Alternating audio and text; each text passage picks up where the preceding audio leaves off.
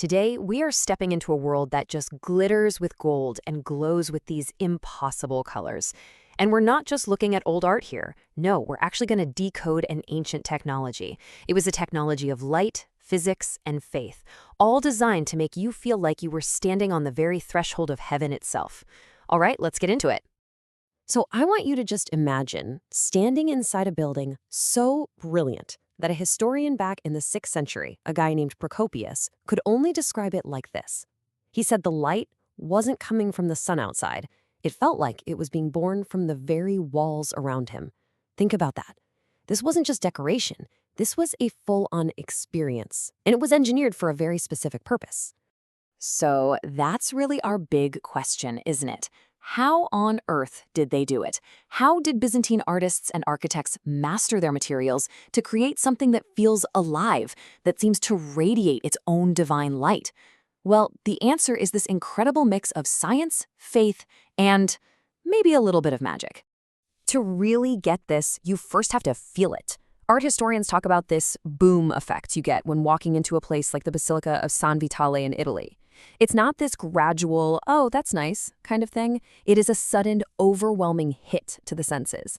1 second you're outside in the normal world, and the next, boom, you're just immersed in this shimmering universe of gold, green, and deep blue, flooded with a light that seems to come from nowhere and everywhere at once. That boom effect? Yeah, that was no happy accident. It was the result of some absolutely brilliant material science. It was a complete rethinking of what a mosaic could even be. This is where we get into the how. They were quite literally painting with light. So the Romans had mosaics, of course, but think about where they put them. On the floor. They used tough materials like stone and marble in these earthy, natural colors because, well, people had to walk on them. The Byzantines, they did something revolutionary. They took the mosaic off the floor and put it up on the walls, up into the domes. Their goal wasn't durability, it was divinity. They switched from stone to glass, from earth tones to these super vibrant light-catching colors. The whole point was to make the solid walls just dissolve into an otherworldly space. And the key to all this was a special material called smolty. Now, this wasn't just any old colored glass. The secret sauce was adding metal oxides. Cobalt for those incredible blues, copper for greens to molten glass. But crucially, they made the glass opaque. This meant light couldn't just pass through it. Instead, it hit the surface and bounced right back at you, the viewer. This created these intense permanent colors that were always actively playing with the light in the room. And what about all that famous shimmering gold? For that, they used a genius method we now call the gold sandwich. It's exactly what it sounds like. They'd start with a base of glass, lay a super thin sheet of pure gold leaf on top, and then, here's the clever part, they'd fuse a final paper-thin layer of clear glass right over it. This sealed the gold inside, protecting it from tarnishing forever while letting it reflect light with just maximum brilliance. Okay, so they've got the perfect materials, but here is where the true genius kicks in, the installation. See, they didn't set these little glass tiles, these tesserae, perfectly flat. Nope. They intentionally pressed each one into the wet mortar at a slightly different random angle. Now, why would they do that? You gotta remember, these places were lit by the flickering, moving light of hundreds of candles and oil lamps. Every single one of those tilted tiles would catch that moving light at a different instant. The result?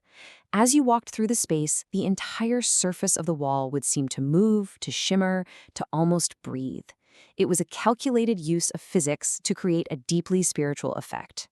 Just brilliant. So at this point, you're probably picturing an art world that's all about stern-faced saints and very solemn religious scenes. And you're right, but that's only half the story. Because the same culture that perfected this divine, shimmering art also had this other, much more playful side.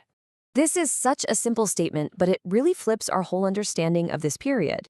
Because while all the great churches were being filled with this sacred golden light, the Byzantine elite were filling their homes with something completely different. Get this, they had these intricate, expensive caskets made of wood and then covered in carved bone and ivory.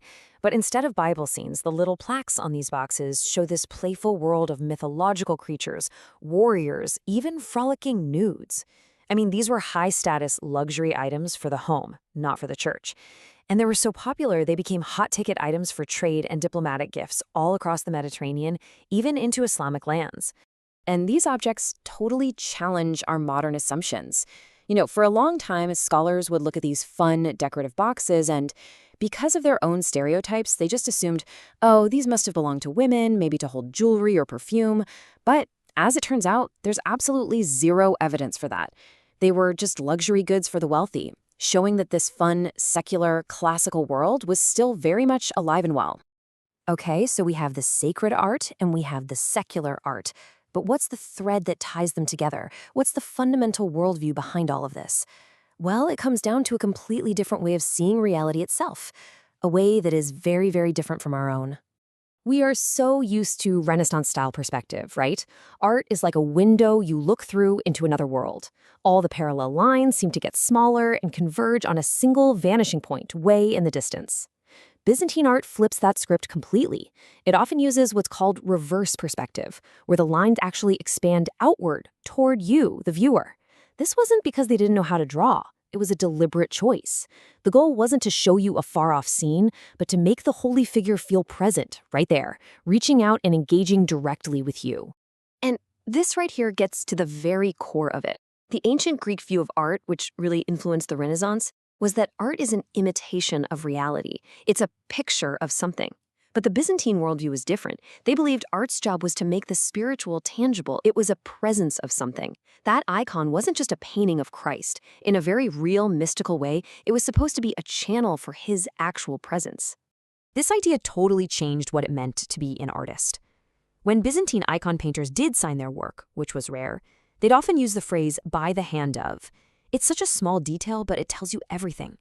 The artist didn't see themselves as some creative genius inventing a new masterpiece. No, they were a humble instrument, a channel through which a divine, pre-existing image could be revealed to the world. Their hand was just being guided. So what does any of this mean for us today? Is this all just ancient history? Not at all. That central idea that the Byzantines pioneered, this incredible mastery of light and atmosphere, is still very much alive and kicking. So if we boil everything down, the gold, the glass, the tilted angles, the perspective, what is the one core principle that has really lasted? At its heart, it's about one simple, powerful idea, taking an external light source and transforming it through colored glass to create a specific feeling, a unique atmosphere. And that fundamental concept, that way of painting with light, it never really went away. Just look at a modern Turkish mosaic lamp. Now, obviously, it's not a religious icon, but it works on the exact same principle.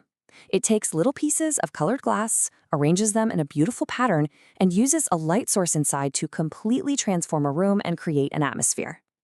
When you see one of these, or hey, even if you put together a DIY kit at home, you are taking part in a tradition of painting with light that stretches back over 1,500 years. Which really leaves us with this one big question. The Byzantines, they made a clear choice. They believed art's highest calling wasn't to just be a mirror reflecting the world exactly as it is. They thought it should be a tool to create the world as they wanted it to feel, divine, present, and just shimmering with light. And that's a question every artist and really every one of us who looks at art still has to answer for ourselves today.